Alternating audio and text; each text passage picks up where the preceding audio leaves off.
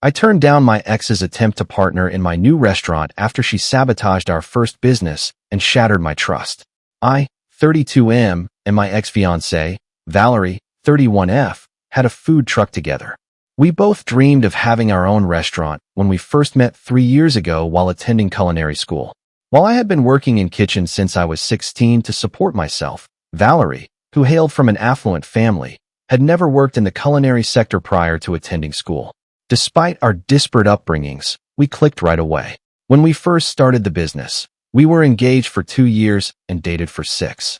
Since I graduated, I had been saving money by working 60-hour weeks at different restaurants to accumulate cash and experience. By my 29th birthday, I had saved about $100,000. Valerie persuaded me to start with a food truck instead of continuing to save money until I could create a real restaurant. Before spending money on a complete restaurant, she suggested it would be the ideal opportunity to test our concept and develop our brand. My entire concept and idea for the food truck came from me. By fusing contemporary cooking methods with my grandmother's traditional recipes, I wanted to serve fusion cuisine. Even though Valerie didn't contribute any money, I decided to make her a 50-50 partner because she looked pleased about it, and we were engaged and hoping to get married within the year. I oversaw operations and cooking, while she handled all financial matters because she had accounting knowledge from a prior position. The first year was fantastic. We discovered the ideal location next to a few office buildings, and our food was well-liked by frequent patrons. We were found by local food bloggers who gave us excellent evaluations. We even made the list of the top 10 food trucks in our city. I felt like I had finally realized my dream after our accomplishment, and it was even more satisfying to do it alongside Valerie. However, after 14 months, things began to become strange. I started to see inconsistencies in our inventories based on our sales. Supplies would run out sooner than they ought to. Valerie indicated that we might be squandering more food than we thought, or that some staff might be stealing. When I brought this up to her, since she was in charge of the books, I trusted her judgment. After that, I saw that funds appeared to be vanishing from our account. Despite making a healthy profit, we never appeared to have enough money for necessities. Valerie would become defensive and accuse me of not trusting her if I attempted to look at the books. "Do you think I'm stealing from us? Or don't you trust your future wife?" are some of the things she would say. I felt bad for even asking because of her. When one of our suppliers called to inform us that we were 3 months late on our payments, it was the tipping point. I knew we had enough revenue to support our costs, so this was illogical. I checked our business account online while Valerie was asleep. I felt ill to my stomach after discovering what I did. Valerie had been regularly moving money, often thousands of dollars at a time, from our corporate account to her personal account. The following morning, when I confronted her, she sobbed and acknowledged that she had been stealing money for months. She stated that she needed money to support Angela, 25F, her younger sister, who was allegedly having a lot of credit card debt and didn't want their parents to find out. I tried to be understanding, even though I was upset. Angela, who occasionally assisted us with the food truck, was also like a sister to me. It was unbelievable to me that she was in such difficulties and hadn't approached us immediately in order to discuss the matter and determine how we could assist Angela in managing her debt. I gave her a call. However, Angela was utterly perplexed.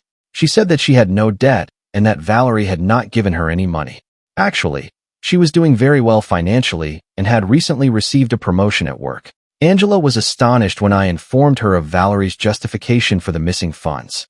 Over the course of 8 months, it was discovered that Valerie had stolen about $50,000 from our company. The complex lies she had said and the way she had exploited her own sister as a cover story were more significant than the money. Her tale altered when I approached her once more. She said she wanted to surprise Brian, me, and that she had been saving the money for our wedding and a down payment on a home. She had been taking out cash at ATMs, according to bank records, but the money was nowhere to be located. I promptly called off our engagement. Valerie sobbed uncontrollably, alternating between pleading for my pardon and claiming that I was exaggerating. Her parents became involved, which made matters worse. They maintained that since we were engaged and would shortly get married, it wasn't actually theft. Her father even implied that my tight control over the company funds amounted to financial abuse. In order to settle our supplier bills, I had to sell the food truck. I lost nearly everything I had accumulated because of the stolen money and the depreciated worth of a used food truck. I almost went bankrupt and was horrified. According to Valerie's parents, it was only a little financial dispute that I had exaggerated. Even some of our mutual acquaintances said I should try to make amends with her since I was being too harsh. After working at several jobs for 2 years and saving every penny, I eventually launched my own tiny restaurant 6 months ago. It's nothing special, but I own it and have total authority over it. I maintain thorough records of everything and engage qualified accountants. The restaurant is thriving. We're already making money and receiving positive feedback. Valerie arrived during dinner service last week. She claimed to want to put things right after learning about my achievement from friends we shared in common. She said she had changed and had some money to invest, so she proposed to be partners once more.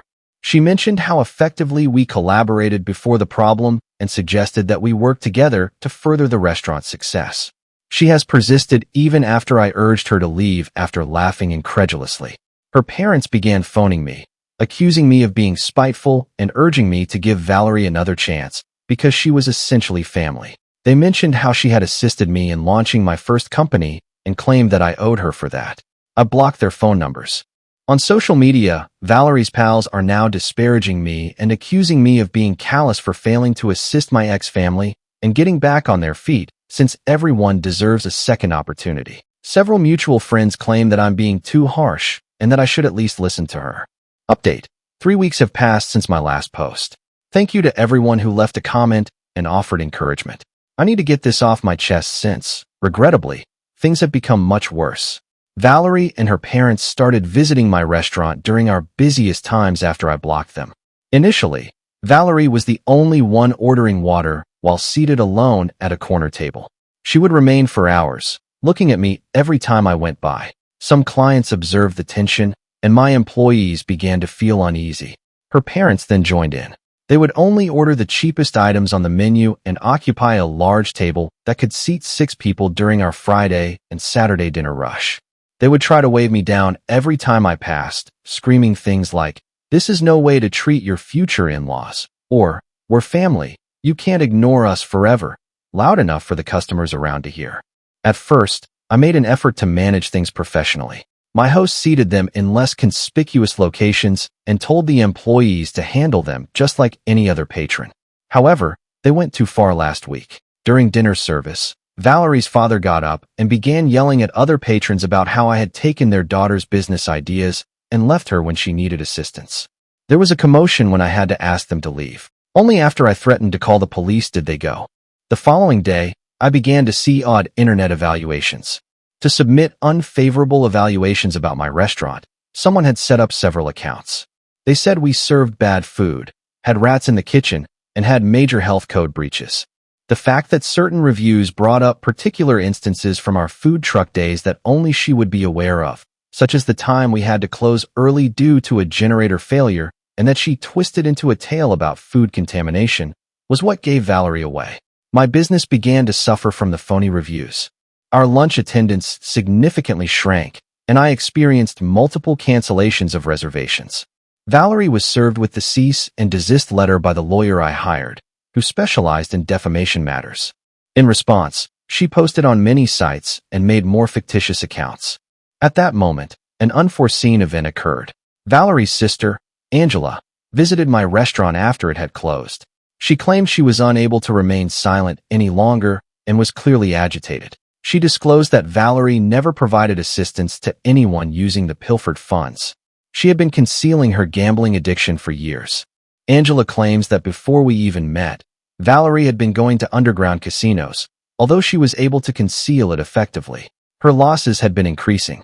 She immediately used the $50,000 she took from our food truck business to settle debts related to gambling. 2 years prior, when Angela found Valerie unconscious in her apartment with threatening messages from loan sharks on her phone, she had learned of this.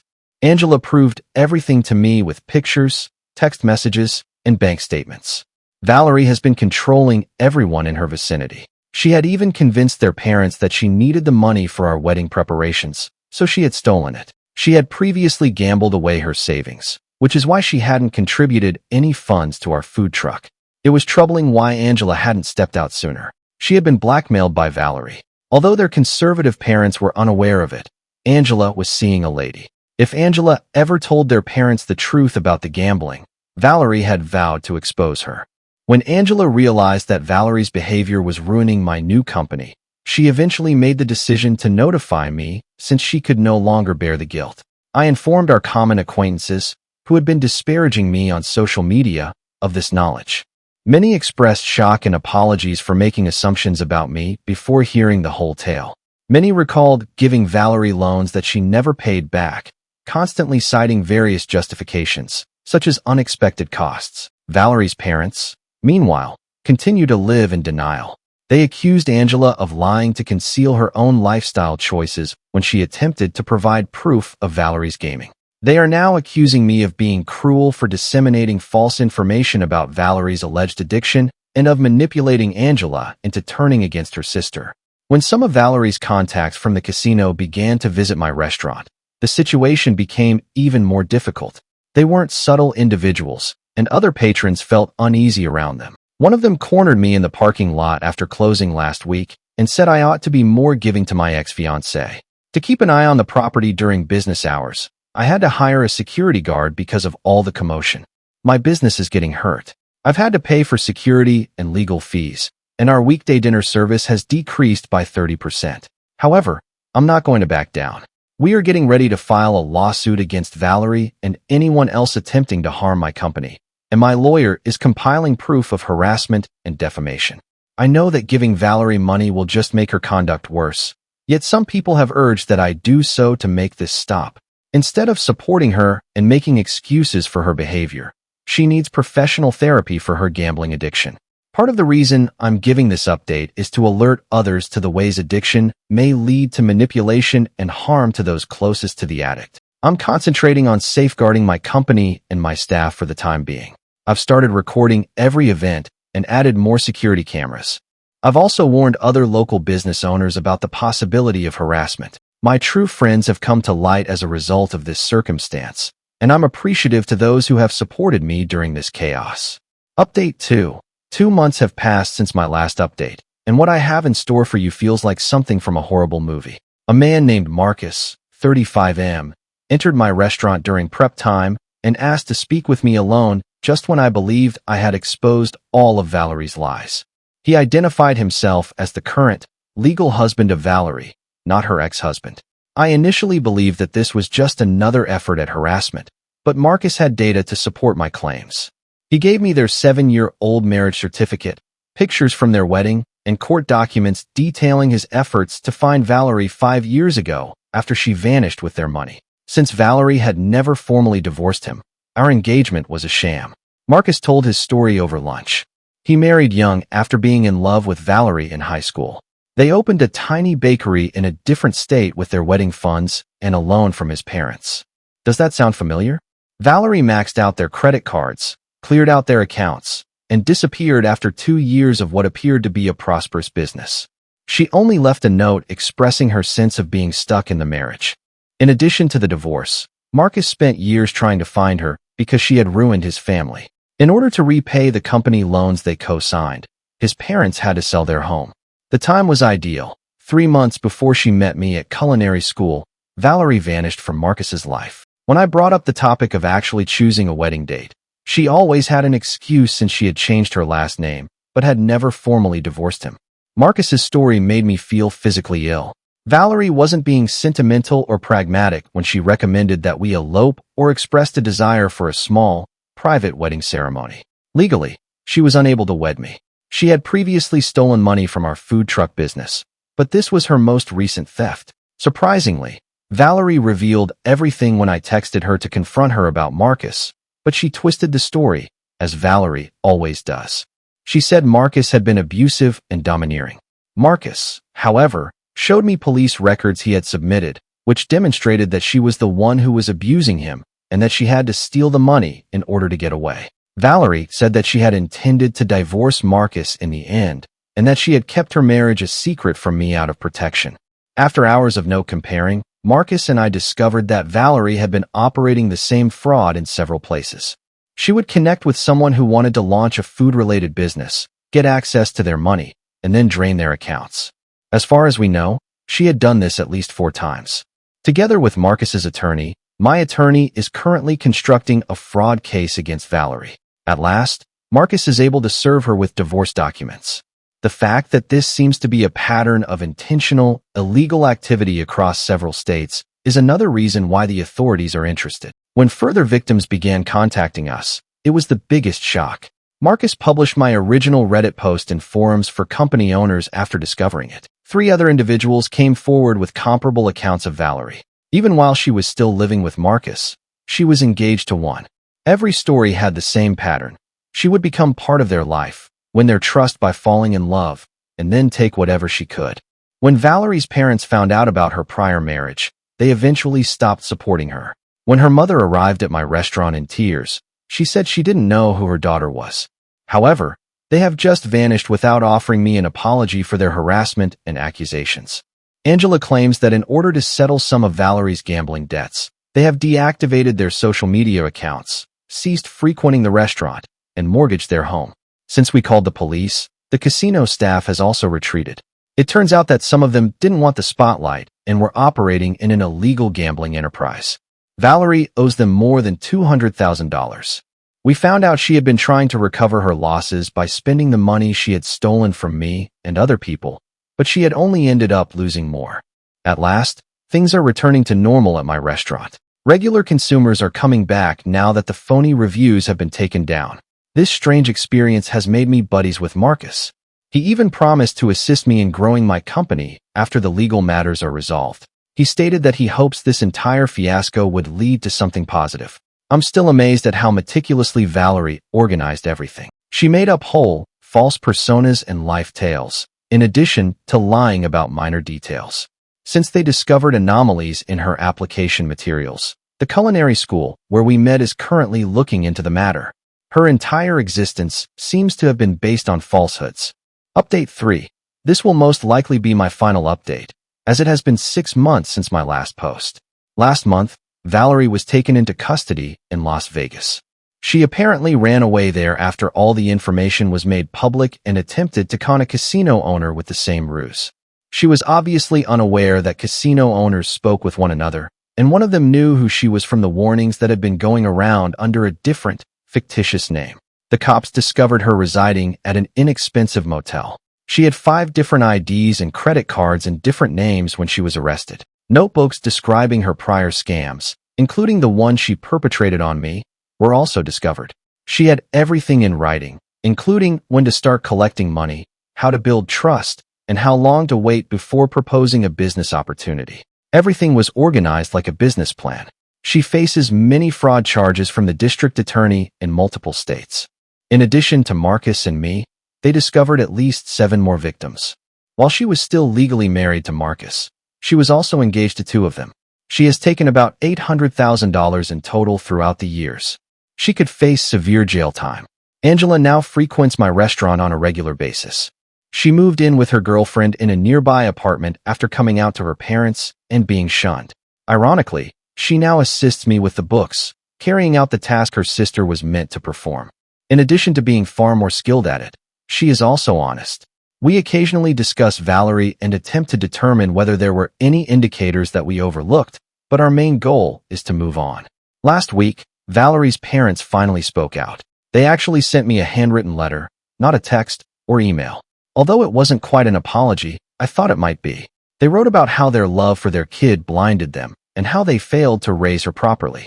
In order to pay off the obligations Valerie had accrued in their names, they acknowledged having to sell their home and relocate to a smaller space, not for their benefit, but so they might have a relationship with their future grandkids if I ever had any. They asked if I could find it in my heart to forgive them.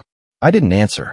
There are some issues that cannot be resolved verbally, and I have no desire to keep up any relationship with them. They only expressed regret once they became victims themselves, supported Valerie's actions for years, and attacked my character after I revealed her thievery. In fact, all of this has made Marcus and I close friends. He recently launched a new bakery in the community, and we are discussing the possibility of working together on future initiatives. We both concur that we must not allow Valerie's actions to deter us from putting our faith in others and going for our goals. Now, more than ever, my restaurant is doing well. In fact, More customers came in as a result of the attention surrounding Valerie's arrest. In an attempt to torment me, some even want to sit at the famous table where she used to wait for hours. I now make fun of it with my employees, but we've also put strong security measures in place to make sure that this doesn't happen again. Although the legal proceedings are still going on, I'm not giving them any more attention. I have provided the prosecutors with the required statements and supporting paperwork. I'm done allowing Valerie to occupy space in my life, but her actions will be held against her in court. I occasionally reflect on how things might have gone differently if I had allowed myself to be manipulated by her and given her another chance, like she did with the food truck. She most likely would have emptied my new restaurant as well. Rather, I followed my gut and refused to back down. I've discovered that getting even or disproving others isn't always the best form of retaliation. It's about turning a bad experience into something good. I've made real friends, my restaurant is doing well, and I'm at last at peace with all that has transpired. For anyone experiencing a similar situation, follow your instincts, document everything, and avoid being coerced into disregarding warning signs. Certain individuals reveal their true selves to you. Trust them the first time. Thank you for watching. If you haven't subscribed yet, please do so and hit the notification bell to stay updated with more shocking real-life stories happening around you.